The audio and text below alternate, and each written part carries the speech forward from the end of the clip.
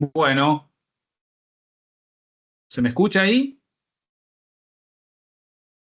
Sí, Sí, Sí, perfecto, sí, Alejandro. perfecto. ¿Estás, Marcelo? sí, sí, sí, acá estamos.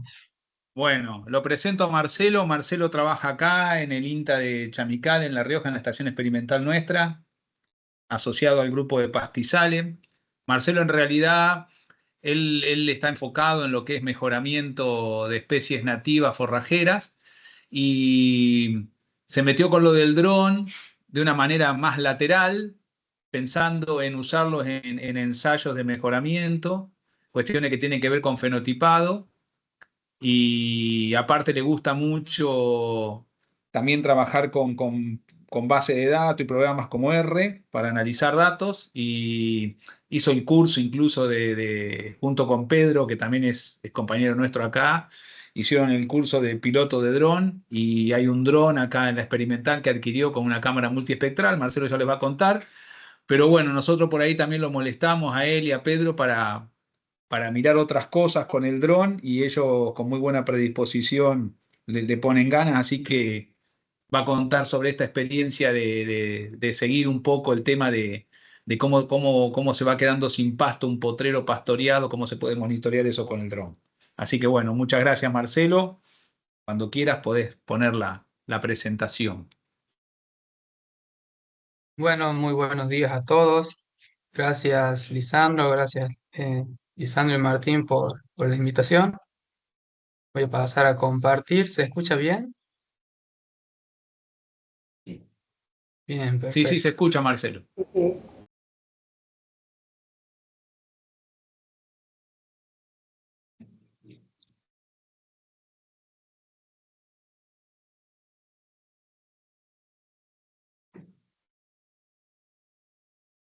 ¿Alguien me confirma si se ve en modo presentación?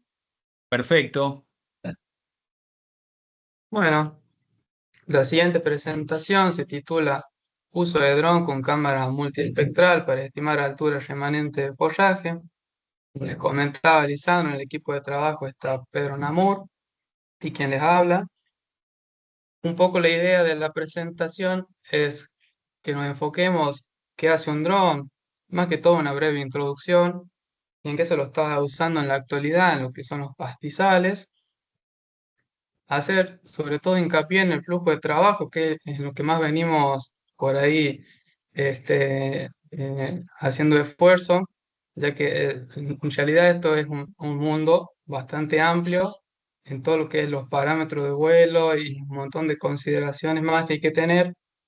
Entonces, más que todo nos vamos a enfocar en el flujo de trabajo y por último, dar algunas experiencias y resultados preliminares que tenemos hasta el momento con los vuelos del dron.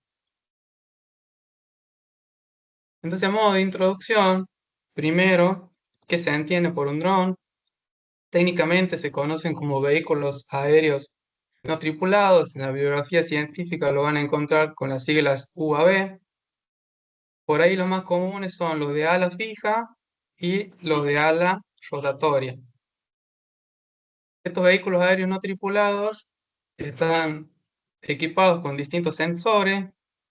Como bien les comentaba Martín esta mañana, por ahí uno de los más comunes son los RGB, que ocupan la parte visible del espectro electromagnético y nos generan fotografías tal cual nosotros la vemos con nuestra vista.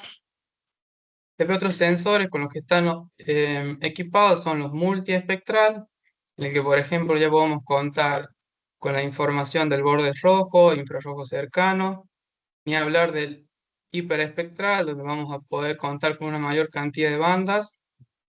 También tenemos sensores térmicos y los LiDAR, que ya no sería un sensor pasivo, sino sería un sensor activo.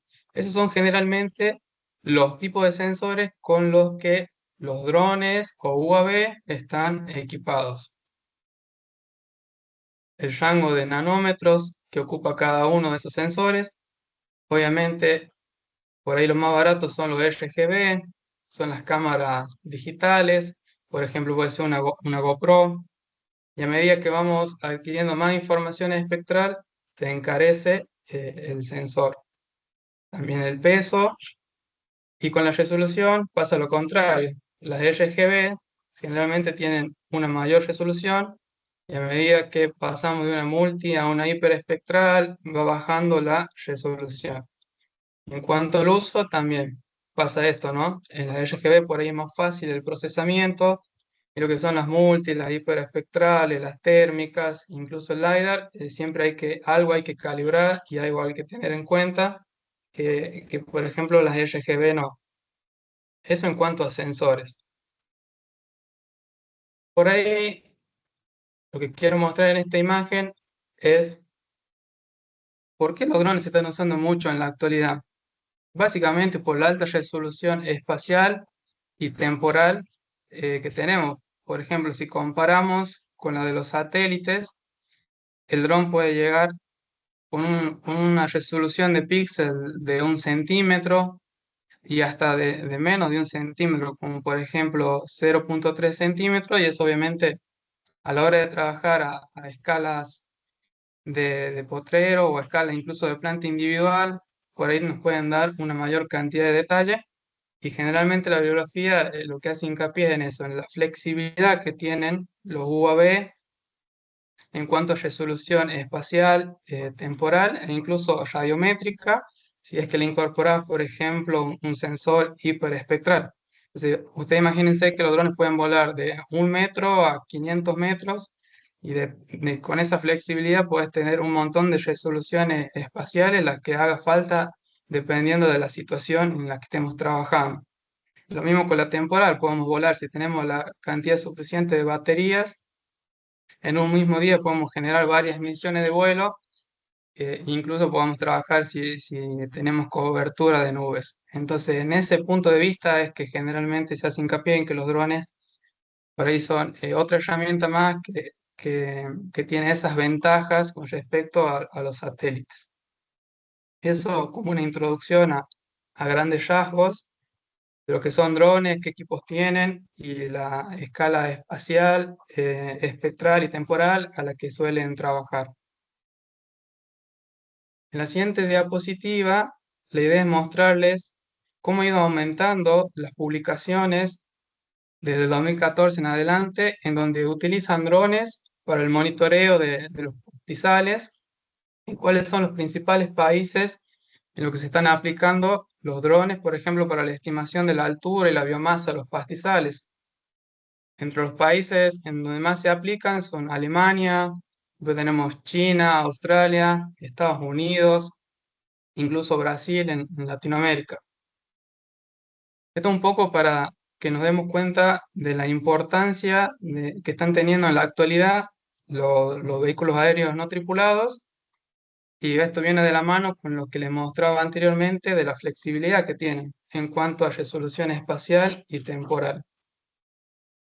Y en esta imagen de aquí es solamente para mostrarles que en pastizales los que más se está usando son los cuadricópteros, que son los drones de ala rotativa, y justamente es uno de los que tenemos aquí en la experimental y ya lo vamos a ver en más detalle. Bien, nosotros en la experimental en INTA La Rioja contamos con un Phantom 4 multiespectral. Como su nombre lo indica, está dotado por una cámara multiespectral. Acá un detalle de la cámara. Tiene una cámara que es la luz visible, el RGB, y después los sensores del rojo, azul, verde, borde rojo, infrarrojo cercano. Entonces tenemos en un mismo sensor la posibilidad de contar con RGB, con luz visible y además con las bandas para calcular información multiespectral, como puede ser un NDVI. Este equipo también cuenta en su parte superior con un sensor de luz espectral, que esto básicamente lo que mide es la irradiación. Entonces, por ejemplo, si estamos trabajando un día soleado y de repente se nubla, este sensor es capaz de detectar los cambios en la luz incidente y eso después se utiliza en el procesamiento para corregir, para normalizar los datos multiespectrales. También contamos con un módulo RTK, que es esta antena, esta base que les marco aquí con el mouse. Básicamente lo que hace es conectar al dron con una mayor cantidad de satélites. Algo que no les había comentado es que se manejan por GPS, por Sistema de Posicionamiento Global. Entonces, con esta base RTK puedo trabajar de, de 30 a 40 satélites más, lo que me da una precisión centimétrica, que en este caso, como el objetivo era estimar la altura remanente del pastizal, tener una precisión centimétrica es esencial. Entonces, es muy bueno contar con este módulo RTK para este tipo de trabajo. La siguiente diapositiva le debe mostrarle un poco el flujo de trabajo que generalmente se realiza con los drones en lo que es pastizales. Tenemos una primera etapa que es la recopilación de datos a campo, donde obviamente vamos a elegir el equipo del dron que mejor se adapte a las condiciones. En nuestro caso trabajamos con un sensor RGB y multiespectral, no tenemos hiperespectral ni tampoco LiDAR. Entonces seguimos en el flujo de trabajo este camino. Entonces lo que se hace es básicamente planificar un vuelo automático, se descargan las fotografías que ha tomado el dron, se llevan a un software especializado de fotogrametría en el que se alinean las fotos, se calibran, se genera la nube de puntos densa y el modelo 3D. La fotogrametría básicamente es una técnica que permite pasar de contar con imágenes bidimensionales que toma el dron a generar modelos 3D mediante la identificación de puntos clave, de coincidencia de características. Y es básicamente lo que hace el LiDAR, pero la diferencia es que es un sensor activo. Emite un rayo de luz y mide el tiempo en que tarda en rebotar la vegetación y con eso van generando la nube de puntos densa, que es el modelo 3D y que es lo que vamos a ver más adelante en más detalle. Entonces, en síntesis, uno puede optar por ir por fotogrametría o puede optar con el sensor LiDAR, hacerlo de esa manera. Lo siguiente, una vez que uno procesa en el software de fotogrametría, que es en nuestro caso, ¿no? Los principales productos que se obtienen son el ortomosaico, que es básicamente todas esas imágenes que captura el dron orientadas y cosidas.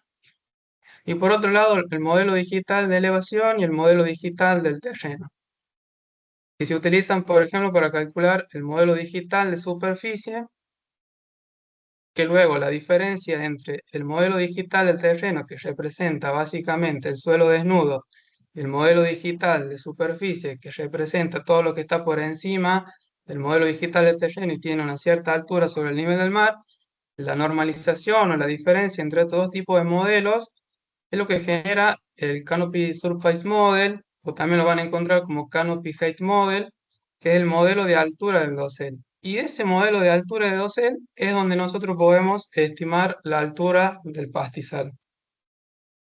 Esto que se ve acá, básicamente es esta representación. Como les decía, a veces lo van a encontrar como CHM, y es la diferencia entre DSM, el modelo digital de superficie, y el DTM. Cuando uno extrae la información de acá, puede estimar la altura del dosel del pastizal. Y en nuestro caso es nuestro objetivo. Generalmente el flujo de trabajo termina con la estimación de la biomasa aérea usando toda esta información y modelos de regresión o de machine learning. Pero en nuestro caso nosotros queríamos tomar solamente parte de este flujo de trabajo para estimar la altura y que nos sirva como una herramienta, ¿no? Puede decirle al productor que el pastizal ese ya tiene cierta altura, por ahí te conviene mover los animales de ese potrero. Tener una idea del stock ahí con la altura. Básicamente eso queríamos lograr.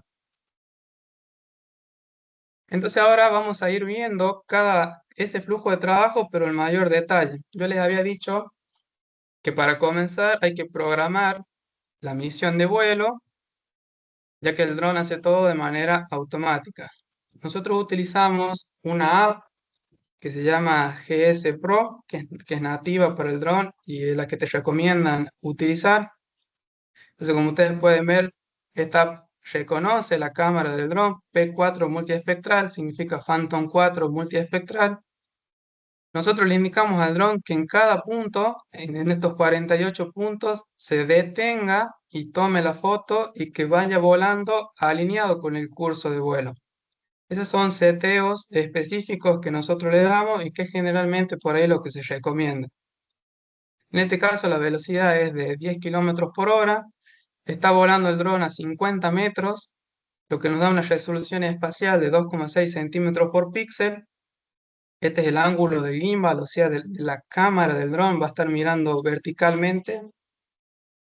Estos valores son muy importantes en lo que es la fotogrametría, básicamente la superposición frontal y lateral respectivamente fue de un 80 y un 70%. Esos son los valores que se recomiendan para generar un buen modelo 3D. Obviamente siempre hay que jugar con estos valores porque los drones funcionan con baterías. Las baterías no son nada baratas y si no tenés muchas baterías tenés que jugar con estos parámetros por el tema del consumo y la superficie que obviamente hay que cubrir. Entonces nosotros lo que hicimos fue planificar un vuelo en lotes. Estos son lotes de buffel, perdón, de olivo con buffel. Estos lotes de olivo están fuera de producción, por eso el buffel estaba ahí a la altura que estaba.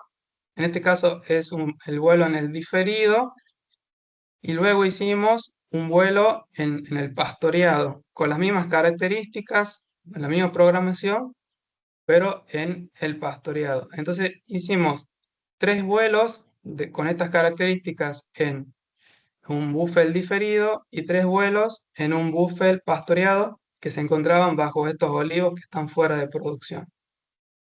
Y la idea era comparar la altura estimada con el dron del diferido y del pastoreado para ver si daba más o menos razonable los valores. También se midió a campo, no específicamente en estos lotes, pero los chicos del equipo ahí de Lisandro tenían los datos de campo, entonces nosotros íbamos a comparar lo que estimaba el dron con los datos de campo que habían recolectado ellos. Un par de imágenes, un par de ejemplos. Este sería el diferido, el buffel diferido, y este el pastoreado. ¿Sí? Y esto que tienen abajo son 2 ejemplos. Esto sería cómo se ve una fotografía tomada por el dron a 50 metros. Si ustedes pueden ver la diferencia ahí claramente de las matas del diferido y del pastoreado. Esto es a 50 metros con una resolución de 2,6 píxeles por centímetro. Perdón. Bien, una vez que obtenemos las fotografías aéreas, se lleva a un software de fotogrametría. En este caso nosotros utilizamos Agisoft Metashape, pero tranquilamente podría ser otro software como puede ser WebODM. Entonces uno lo que hace es cargar las fotografías. En este caso trabajamos con las RGB. El software comienza a orientar y a alinear las fotografías. Entonces nosotros pasamos, por ejemplo, de tener estos metadatos, en donde cada fotografía tiene el dato de longitud, de latitud y de altitud, a tener datos de la precisión, ¿no? Del error. Si ustedes se fijan, el error potencial, si lo hubiéramos volado sin la base RTK, solamente con GPS, es de 10 metros, mientras que el error con la base RTK es de centímetros. Entonces eso es lo que les comentaba anteriormente, te da una precisión centimétrica que en estos casos hay que tenerla sí o sí. Incluso uno podría descargar los metadatos de cada una de las fotografías y ver el error que tienen en el eje X, Y, Z y cómo se corrigen esos errores. Eso sería una de las primeras partes del procesamiento. Me olvidé de mostrarles esto. Entonces el error promedio en X fue de 0,047 metros, en Y de 0,038 metros y en Z de 0,057 metros, dando un error total promedio de 0,079 metros. Entonces pasamos de un error de metros a un error centimétrico. El siguiente paso es calcular la nube de puntos densa. Como les mostraba anteriormente, son todos estos puntos de coincidencia, estas características que generan un modelo 3D. Entonces ahí pueden observar la nube de puntos densa para el vuelo de este lote de olivos con el buffet diferido. Entonces se pueden notar ahí los olivos y el buffet debajo del mismo. El paso siguiente es clasificar esta nube de puntos densa. Entonces pueden observar distintos colores. Por ejemplo, los olivos se pintaron de un verde y después tienen olivos por ahí un poco de menor tamaño. No olvidemos que es un lote que no está en producción, entonces teníamos olivos muertos a distintos tamaños. Entonces los clasificó de esa manera. Lo que tienen en lo oscuro es todo el buffer diferido y lo que tienen acá en un color marrón es el camino. Entonces, ¿por qué es necesario clasificar la nube de puntos? Porque vamos a necesitar después obtener los modelos digitales de elevación, que se descomponen el modelo digital del terreno y el modelo digital de superficie. Y utilizamos este software en particular porque tiene varias herramientas que nos permiten hacer la clasificación de la nube de puntos. Es decir, este resultado que ven acá es gracias a las distintas herramientas que tiene este software en particular. Por ejemplo, les marqué algunas como una clasificación automática de lo que son los puntos del terreno. También se puede clasificar lo que es la vegetación alta, media, baja. También se puede utilizar, seleccionar puntos por color. Entonces, en esta nube de puntos RGB podría haber marcado con color qué es lo que es olivo, qué es bufel y qué es tierra de suelo desnudo. Y si no, también lo puedo hacer manual a la clasificación, seleccionar puntos por polígono. Entonces se generan polígonos de cada una de las clases de vegetación y se clasifica la nube de puntos. Entonces esto es fundamental, clasificar la nube de puntos para que te reconozca que el buffer en este caso es la vegetación baja y el olivo es la vegetación alta. Si no, puede pasar que no diferencie lo que es el buffer del suelo desnudo y la estimación de la altura no va a ser la correcta. El siguiente paso en el flujo de trabajo es la creación del modelo digital del terreno, que como bien les comentaba, representa básicamente el suelo desnudo. Por ejemplo, acá hay un desnivel de 1,5 metros. Y el modelo digital de superficie, que es todo lo que está por encima del modelo digital de terreno, que en este caso estaría representando el buffer y los olivos, la altura sobre el nivel del mar. Y otro de los productos que obtenemos son los ortomosaicos, que esto lo vamos a utilizar en el paso siguiente para crear las parcelas de muestreo. Bien, como les comentaba, en QGIS, eso no lo había mencionado, en QGIS lo que hacemos es crear una especie de parcelas de muestreo virtuales, básicamente un archivo vectorial en los pasillos de los olivos, de tal manera que no coincidan estos archivos vectoriales con las copas de los olivos y nos permitan estimar la altura de una manera más precisa, no tener errores ahí en la altura. Por ejemplo, para esta parcela diferida, utilizamos un tamaño de 2 metros por 20 metros, entonces en total teníamos 18 parcelas de 40 metros cuadrados. Posteriormente, se pasamos de QGIS a trabajar en RStudio. Desarrollamos un script bastante básico en el cual cargamos el modelo digital de terreno y el modelo digital de superficie que habíamos generado en el proceso anterior. Siempre es bueno plotearlos para verificar que todo esté bien. Posteriormente lo que hacemos es cargar las parcelas de esas virtuales que creamos en QGIS y con esta función que es del paquete FieldImageR, lo que se hace es calcular el modelo de altura del dosel y adicionalmente se calcula el modelo de volumen del dosel. Eso como adicional que muchas veces se lo utiliza para correlacionar el volumen con, por ejemplo, la producción de materia fresca o seca. Pero en nuestro caso, la idea era centrarnos más que todo en el modelo de altura del dosel para estimar la altura remanente del pastizal.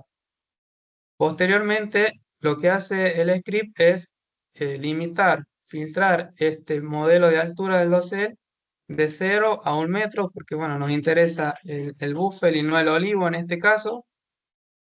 Y cuando uno plotea esto, el resultado es el siguiente. Si no lo limitaríamos a 1 metro, muy posiblemente no, lo que es buffer se ve en un color por ahí más verde, y todo lo que es olivo, que está por encima de 1 metro, están todos de un color amarillo. Esto un poco más que todo a fines de visualización y para chequear que ese modelo de altura del dosel tenga verdaderamente sentido. Y después, con las últimas líneas del script, lo que se hace es extraer la información de esas parcelas de 40 metros cuadrados que habíamos creado en QuantumGIS. Entonces podemos contar, por ejemplo, con los datos de pH MIA, vendría a ser la altura media, pH MIN sería la altura mínima y así.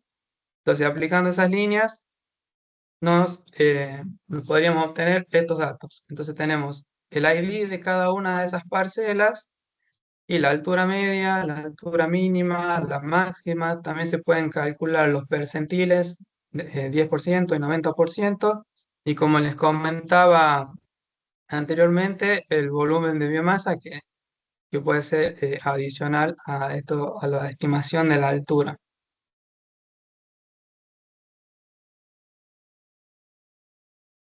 Rápidamente les muestro el mismo flujo de trabajo, pero para el caso del buffer que había sido pastoreado, como les decía, la nube de puntos densa que se genera en el software de fotogrametría a partir de las imágenes que se obtienen con el dron en el vuelo automático.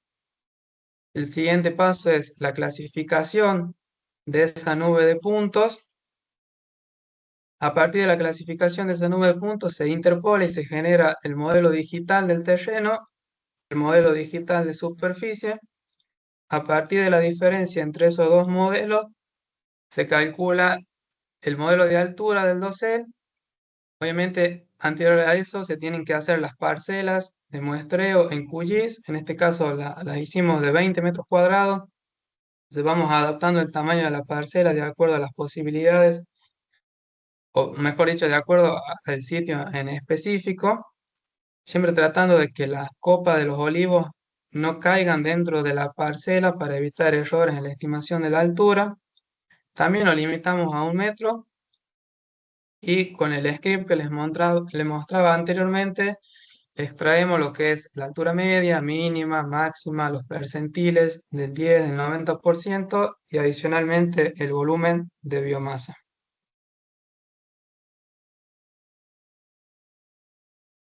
Un poco los resultados que por ahí se pueden obtener, las mismas parcelas que se generan en QGIS para extraer la información son las que después se guardan con la información que se obtiene en R y se las carga en QGIS, se las puede categorizar. Entonces uno se puede dar una idea de la distribución espacial de la altura de ese pastizal. Por ejemplo, este es el diferido y vemos que va aumentando la altura hacia el fondo del lote. Lo mismo podríamos decir del pastoreado. Entonces uno puede comparar por ahí la distribución espacial de la altura del pastizal y esto un poco mostrarle algunos resultados.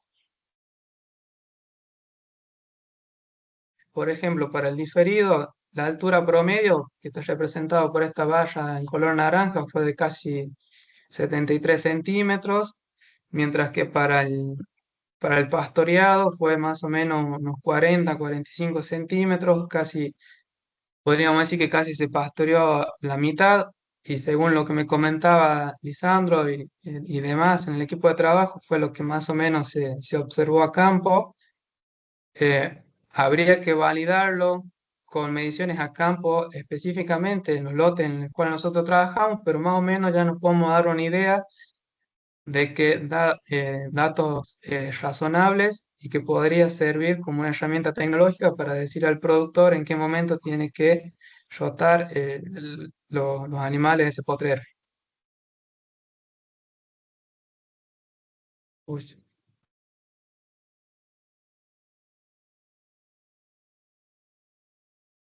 En este caso, ya cambiamos de escala, ya, este ya corresponde un poco a lo que les decía Lisandro, por ahí es lo que yo estoy un poco más abocado, que es el fenotipado de alto rendimiento. En este caso, se hizo un vuelo en Catamarca, en el experimental de Catamarca. Estos son ensayos de tricloris. Lo que hicimos fue volar el dron a 40 metros para tener la escena completa. Y en este caso, no se trabaja en R, ni en QGIS, sino que se trabaja en otro software que se denomina Cloud Compare, que es específico para trabajar con nubes de puntos densas. Y esto está bueno porque te permite, por ejemplo, hacer distintos tipos de manipulación de esa nube de puntos densa. Si ustedes pueden observar, tiene como outlier, datos atípicos, que es normal por ahí en el procesamiento de la nube de puntos densa.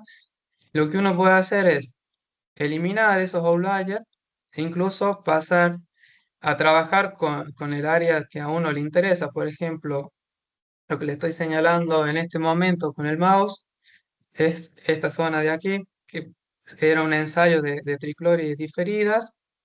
Entonces lo que hicimos fue con este software cortar lo que corresponde a esta sección, eliminar todos los outliers y lo que hicimos posteriormente fue extraer las coordenadas Z, es decir, la altura sobre el nivel del mar, y esto nos da una idea de la altura que puede tener cada una de las matas. Entonces acá ya estamos hablando de una escala de planta individual. Con con este resultado, lo que posteriormente se hace con un algoritmo específico de este software es calcular el modelo de altura del dosel con la diferencia del DTM y el DCM. Entonces acá pueden ver que la altura de las matas va de 0,01 metro a 0,60 metros. O sea, la altura máxima de algunas matas son de 60 centímetros. Y lo bueno de esto es también que se elimina el efecto del suelo y eso te puede ser muy útil, por ejemplo, para calcular el volumen de biomasa. Después lo que hacemos es llevar este modelo de altura de dosel, lo rasterizamos y lo llevamos a QGIS. Y aquí en QGIS lo que se puede hacer es generar archivos vectoriales. Por ejemplo, solamente para ejemplificar, acá generamos 16 archivos vectoriales para extraer la altura de cada una de esas matas, como les decía, ya a una escala de planta individual. Entonces, en QGIS podemos ver el ID de cada una de las matas y la altura media, mínima y máxima. También se podría calcular el volumen de esa mata si lo quisieran. Por ejemplo, el ID 1, que es esta mata que corresponde, tiene una altura media de 21 centímetros y una altura máxima de 52 centímetros.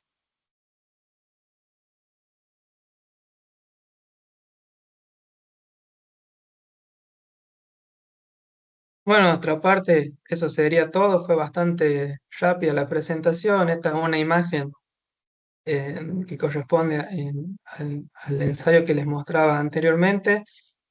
Estamos trabajando con el dron hace poco. Como les comentaba Lisandro, hicimos el curso, pero recién estamos incursionando lo que es esta tecnología.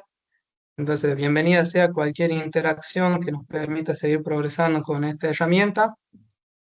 Y nada, todavía estamos como al comienzo del uso de esta tecnología, todavía tenemos muchos vuelos más planificados y bueno, esperemos que les haya servido, que les haya sido de utilidad y quedamos abiertas a cualquier consulta que, que deseen hacer.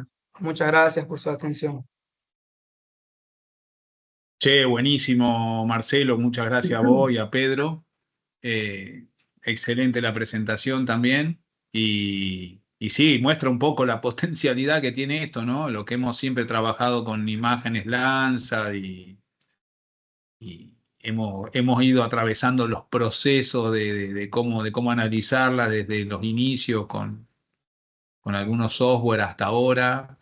Es tremenda el avance de toda la tecnología en estos últimos años. Así que no sé si hay alguna pregunta.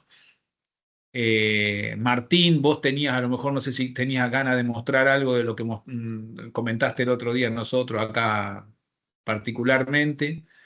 Un detalle, agregar ese detalle de lo que vos hiciste con el dron. No sé, si hay alguna pregunta podemos empezar por ahí y después a lo mejor vos, Martín, podés mostrar ese detalle que estaba bueno también. Ahí Gabriel Olmedo quiere preguntar y yo después. Dale, dale, Gabriel. Bueno, buenos días. Yo te quería preguntar algo relacionado a los modelos de altura. Nosotros acá tenemos un equipo, es un poco más viejo y obviamente no tiene módulo de RTK. Y nosotros quisimos hacer algo similar acá con las matas, son de menor altura obviamente, y teníamos esa complicación de que necesitábamos datos de campo para ajustar el modelo de altura. Y tenemos otro equipo que supuestamente todavía no lo probamos, que tiene el módulo RTK, y la pregunta que les quería hacer era relacionada justamente a eso. Si en esos modelos de altura tienen algún dato de referencia del error en la estimación de las alturas. Porque bueno, acá el equipo que tenemos, las matas, perdón, que tenemos son de porte mucho más bajo. Entonces ponerle que una diferencia de 5 centímetros o cercana a eso, sí es importante para estos pastizales. Sí, yo no ¿Qué sé, tal, tiro ahí una cosa, si querés, Marcelo. El error que vos Sí, mostraste con RTK era de 8 sí, centímetros, el error cuando promediabas X y Z. O sea que sí, si vos estás exacto. queriendo una precisión, Gabriel, de 5, aún con RTK, con un vuelo de 50 metros, Marcelo tenía 8. No sé vos qué querés decir, Marcelo, ahí también, agregar a los de Gabriel. Bueno, gracias por tu pregunta. No, datos de campo no tenemos. Eso es lo que queremos comenzar a hacer un poco para validar todos estos modelos que se pueden generar. Y con respecto al RTK, te da esa precisión centimétrica, pero seguramente después Martín lo va a comentar. También es muy esencial contar con un punto de control terrestre que te permiten por ahí georreferenciar mejor el ortomosaico y demás productos que se pueden obtener. Y eso es fundamental, creemos que es fundamental porque si no puede haber como un corrimiento que no te va a permitir estimar correctamente la altura de la mata. Claro, nosotros por ahí lo habíamos pensado, todavía no lo terminamos por llevar a cabo, pero lo habíamos pensado en ajustar un poco con un GPS diferencial. Eh, Más que nada como te digo, que los pastos acá son de porte muy bajo. Pero bueno, es bueno saber que por lo menos con el RTK el error es entre 8 centímetros aprox.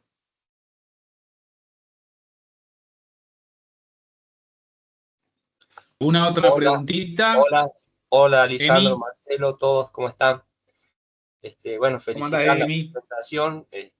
Hola Algo Emiliano. había, algo había visto el trabajo que me habían pasado los chicos, algunas fotos, pero bueno, la presentación ya me permitió ir viendo mucho mejor lo que fue el vuelo sobre las parcelas de Catamarca. Y bueno, aprovecho de comentarles que bueno, esta semana justo estuvimos midiendo las alturas de las plantas que mostró Marcelo. Y, y bueno, para la altura máxima que decía que creo que te había dado 60 centímetros, Marcelo, nos dio 65 Sí, la sí, altura máxima. O sea que estaríamos hablando de 5 centímetros ahí de diferencia. Y para la planta uno que vos creo que dijiste que tenía 40 centímetros o 50, no me acuerdo. sí, creo que 50, no me Claro, acuerdo. nosotros nos dio la Lo tenía altura que... de canopeo 45 centímetros. O sea que estamos hablando de 5 centímetros de diferencia entre lo que estima el dron y lo que medimos a campo, digamos. Perfecto. Era aportar eso, Sí. ya, bueno, después les tengo que pasar todos los datos completos, pero bueno, era como para, ya que estaban hablando de la altura y precisión, comentar eso. Alejandro. Bueno, Buenísimo, gracias, Emiliano. excelente, Marcelo y Pedro, excelente trabajo. No, lo mío es más logístico que metodológico, porque bueno, en la medida de lo posible creo que todos los equipos van a ir sumando el dron en su trabajo. Y vos mencionaste, Marcelo, inicialmente que tuviste que hacer un curso, que es lo que realmente habría que hacer para poder volar en drones. Hay que estar autorizado y bueno, y para poder publicar también trabajo, supongo que también es importante. Entonces, si podés comentar y si tenemos tiempo, Lisandro, en unos minutitos, en qué consiste el curso, cuánto tiempo te llevó, qué conceptos básicamente te dan. Digo, es algo que vamos a tener que hacer en todos los grupos que se incorpore el dron, me parece, ¿no? Sí, buenísimo. Dale, Marcelo. Bien, ¿qué tal, Alejandro? ¿Cómo estás? Este, sí, el curso consiste básicamente en un psicofísico para ver si estás apto para volar. La verdad que es bastante estricto, no pareciera, pero lo es. Depende también del equipo que tengan. Los drones se clasifican de clase A, B, C, D, E y que tienen que ver con el peso de lo mismo. Por ejemplo, el nuestro, el que tenemos en la experimental, es clase B y nosotros, como fuimos más que todo una red de todos los que tienen drones en INTA, se nos hizo rendir a todos con clase C, que son drones por ahí más pesados, que por ahí no lo tenemos en la experimental, pero está bueno contar con esa licencia porque ya te habilita a trabajar con los drones A, B y C, es decir, con drones de distinto peso. Y con respecto a lo que es en sí, las evaluaciones que te hacen rendir un teórico, y después la parte práctica, eh, hacen mucho hincapié en lo que es el vuelo manual. Si bien nosotros no trabajamos con vuelos manuales, si lo hacemos todo automático con el módulo RTK, los inspectores de ANAC, ANAC es la administración, Pedro, nacional De aviación civil. de aviación civil, se me fue el nombre. eh, lo que hacen es mucho hincapié en el vuelo manual, más que todo por seguridad. Y si te va bien en ese vuelo manual, luego pasas a una evaluación de planificación de vuelo automático. Entonces tiene en resumen esas partes, un análisis psicofísico, tenés después un análisis teórico y un análisis práctico, manual y automático. Y una vez que rendís todo eso, te entregan lo que es la licencia y lo que te va a habilitar es, dependiendo cuál es la categoría en la que uno se presenta, si A, B o C, que como te digo, dependían del peso del dron. A mayor peso generalmente se es más exigente por cuestiones de seguridad y porque son equipos mucho más robustos, más caros y que se utilizan para otras cuestiones. Pero en síntesis, todo el proceso de evaluación es ese.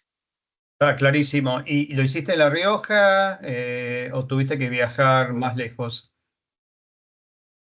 Los cursos se realizaron en Córdoba y en Buenos Aires. A todo eso lo manejó Gabriela Tallarico, que es la coordinadora ahí de Astech.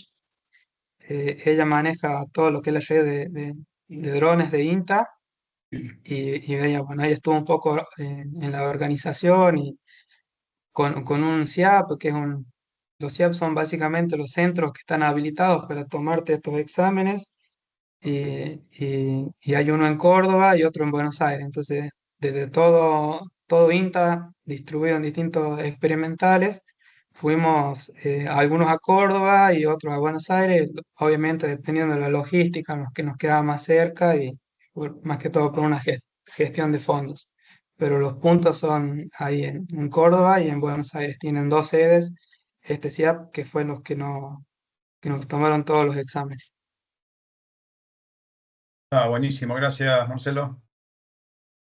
No, de Ahí hay nada, una por favor. pregunta de Eduardo en el chat. Eduardo Ochner pregunta si la altura del vuelo influye sobre la precisión de las estimaciones. O sea, si hay una relación de compromiso entre la superficie cubierta y la precisión. ¿Qué tal, Eduardo? Gracias por la pregunta. Sí, influye mucho.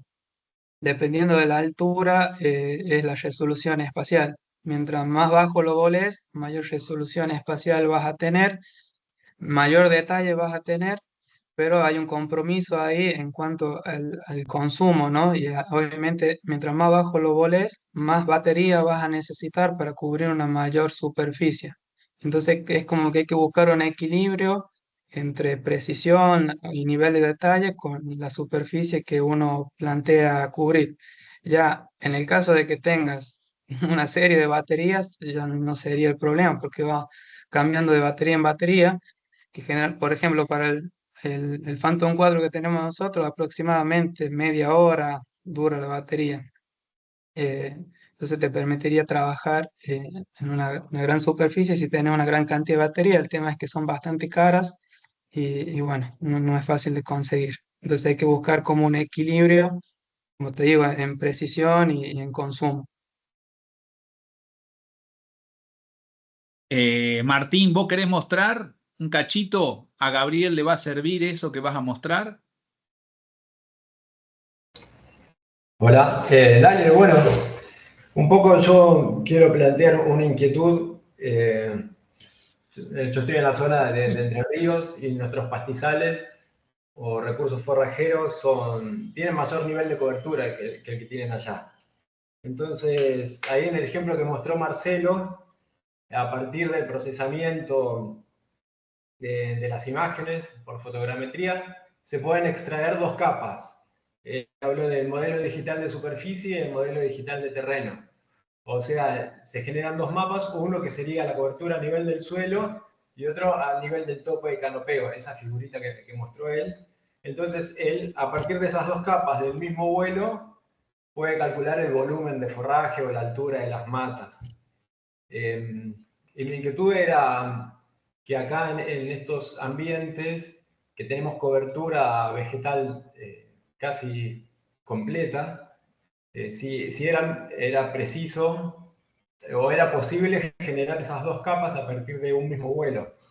Y por lo que estuve viendo en algunos trabajos que aparecen en la bibliografía, en este tipo de ambientes, para estimar cambios en la altura, se suelen usar vuelos sucesivos en distintas fechas, porque justamente no es tan fácil generar esos dos modelos. Es decir, que de un vuelo se puede sacar el modelo digital de superficie, pero hay muy pocos puntos que llegan al suelo desnudo, entonces no podemos generar esa capa de nivel de terreno. Bueno, y para poder hacer que dos vuelos generados en distintas fechas coincidan, ahí es más importante aún la cuestión de la precisión de la ubicación espacial de la georreferenciación de las imágenes. Y bueno, y ahí los puntos de control son importantes. Entonces me puse a investigar un poco de trabajos que usaran puntos de control o estaciones RTK para ver, bueno, qué era mejor. Y ahí les voy a mostrar un primer vuelo que hice en un ensayo que largamos hace poquito acá en la experimental de Concepción del Uruguay. Voy a compartir pantalla. Bien.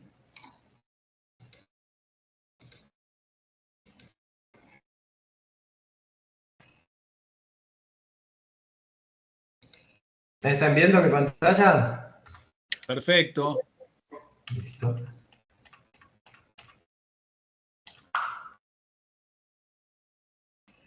Entonces, acá está el ensayo que yo les comenté, que les comentaba recién.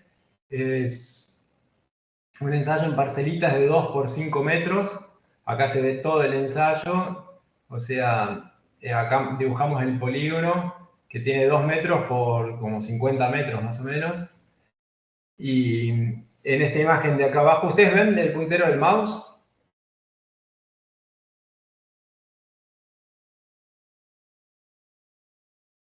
Se ve chiquito, pero se ve. Bueno, estoy en la imagen de abajo a la izquierda. En negro está dibujado como el contorno de todas las parcelitas. Y muy chiquitito, no sé si se llegará a ver, hay estaquitas que delimitan cada una de las parcelas. Y lo que hice fue generar 4 puntos de control terrestre de manera de poder georreferenciar las imágenes. Entonces, hicimos un primer vuelo el 9 de octubre con un dron que es un Mavic 3M multiespectral con RTK. Hicimos un vuelo a 15 metros, lo que nos da un tamaño de píxel de un poquitito menos de 1 centímetro. Entonces acá está todo el ortomosaico del vuelo. Abajo se ve, bueno, con mayor nivel de detalle. Y entonces está dibujado el polígono y los puntos de control en 2 de los vértices. Colocamos 4, uno en cada vértice del ensayo. Y entonces posteriormente hicimos un vuelo el 28 de octubre, donde volamos con RTK y sin RTK. O sea, con la base esa que mostró Marcelo, que toma un montón de... que está en es un trípode que se pone en el campo y toma un montón de satélites, como 30 más o menos, y con eso va corrigiendo en tiempo real la ubicación espacial que va tomando el dron. Entonces hicimos un vuelo sin el RTK y otra con RTK, y a su vez corregimos después las imágenes tomando como referencia los puntos de control o sin tomar como referencia esos puntos de control. La corrección con puntos de control consiste en, por ejemplo, estos vuelos, cada vuelo sacaba más o menos 300 fotos. Entonces, en cada una de esas fotos hay que reconocer los puntos de control y marcarlos y decir, bueno, este punto de control está en, que corresponde a tal latitud y longitud, está en tal píxel XY de esta foto. Y así, foto por foto, para todos los puntos de control y fotos. Y un poco lo que se ve, entonces, acá está en negro, se ve el contorno de todas las parcelitas que dibujamos sobre el vuelo del 9 de octubre, pero superpuesto en el mosaico que se generó con el vuelo del 28 de octubre.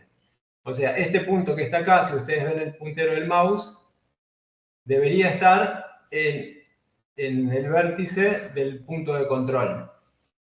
Y vemos que cuando se voló sin puntos, o sea, que no se hizo la corrección del vuelo con los puntos de control y no se usó el RTK, la diferencia era como de 1 metro entre el ortomosaico del vuelo del 28 de octubre y el vuelo del 9 de octubre. Cuando se usó el RTK, pero no se usaron los puntos de control, hubo una diferencia de más o menos 20 centímetros entre el vuelo del 28 de octubre y el vuelo del 9 de octubre, y cuando se hizo la corrección con los puntos de control, los dos vuelos pegaron muy bien, ya sea si se usó el RTK o si no se usó el RTK. Es decir, que es clave, si uno quiere tener un alto nivel de precisión, cosa de que haya coincidencia a escala casi de hoja o de nivel de planta individual, pareciera que tener puntos de control terrestre es importante. Entonces, un poco lo que empecé a probar es, bueno, eso sí, si contar con puntos de control es importante, está toda la cuestión de que hacer la corrección lleva tiempo, porque es imagen por imagen, identificar dónde está el punto de control y hacer clic con el mouse para marcarlo. Y bueno, todo eso lleva un tiempito. Entonces lo que probé es, en vez de poner puntos de control un objeto o cualquiera, poner estas especies de códigos QR que están impresos en una chapa, de manera de poder automatizar ese proceso. Y en este caso, las correcciones con puntos de control las hice de esa forma automática y parece que anduvo bastante bien. Es decir, la automatización es que se procesa cada imagen JPG, o sea, cada imagen que toma el dron, automáticamente y busca la ubicación de estos códigos QR y se registra automáticamente el punto XY, o sea, el píxel XY en el que está ese punto de control. Con eso se genera el archivo de texto que le dice al programa que va a hacer el ortomosaico después, dónde está en cada una de esas fotos el punto de control. Entonces, un poco eso fue lo que estuve probando. Y este ensayo lo vamos a usar para ver si podemos medir de manera precisa la altura en este tipo de pastizales.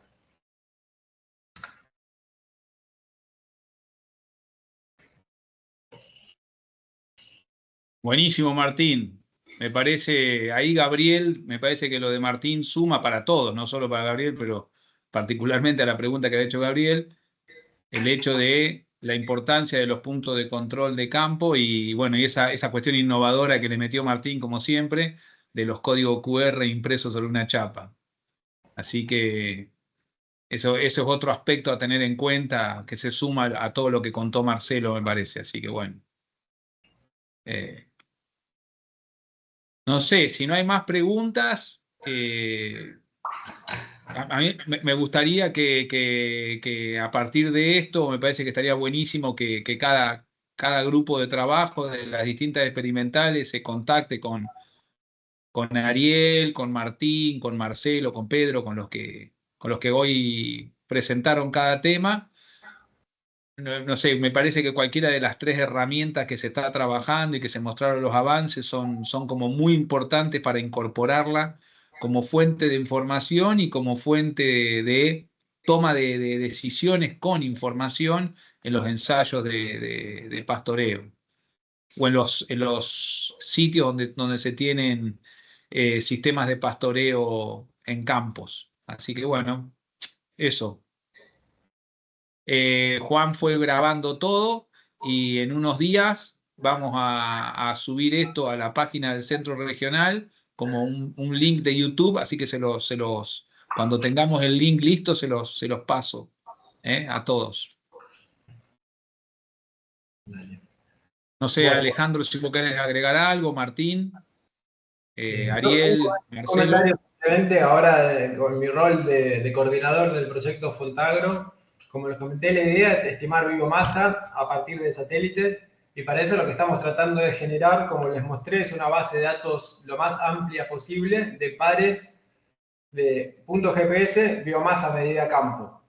Entonces, la idea es incorporar todos los ensayos en los que se está midiendo a escala de potrero, porque necesitamos poder comparar el punto en el que se mide biomasa con lo que ve una imagen satelital. Entonces, en aquellos trabajos que no son en parcelitas chiquitas, pero sí a escala un poco de intermedia o grande, digamos, donde se cuente con biomasa medida a campo, son más que bienvenidos para incorporarse al proyecto. Desde el proyecto también tenemos recursos como para poder contribuir a que se sigan tomando esos datos. Entonces, quizás en esos ensayos a campo, esa escala de parcela, poder combinarnos y que de los ensayos se aporte al proyecto y en el futuro el proyecto devuelva estimaciones remotas de biomasa para contribuir al manejo de esos ensayos en los que estamos trabajando. Así que eso, invitarlos a participar. Perfecto, Martín. ¿Alguien más quiere agregar algo? Ale. No, bueno, que la idea de lo de hoy era básicamente presentar las herramientas y comenzar a trabajar a partir de ahora. Ahí, digamos, queda abierto el juego. Bueno, la propuesta es que en cada una de estas tres líneas, digamos, temáticas, se vayan armando grupos de trabajo con los referentes que son los que presentaron. Y bueno, que empecemos a interactuar a partir de ahora, ¿no? Yo creo que se logró muy bien esto, se presentaron muy bien las herramientas, muchas gracias a todos. Y bueno, ahora comienza la tarea. Eso nomás, muchas gracias. Perfecto. Bueno, yo agradecerle a los expositores y agradecerle a Juan que organizó la parte logística de la reunión, aparte de exponer su parte, y bueno, y pasar después los mails que pide ahí Laura, muy bien, pide los mails de los expositores, los voy a pasar en la brevedad hoy, si puedo. Y, y bueno, y instar a que sigamos interactuando para ver si a lo mejor en quizás menos de un mes tenemos algún tallercito particular de alguno de estos temas, dependiendo de la demanda y los requerimientos que se generen. Así que bueno, más que todo eso, agradecer.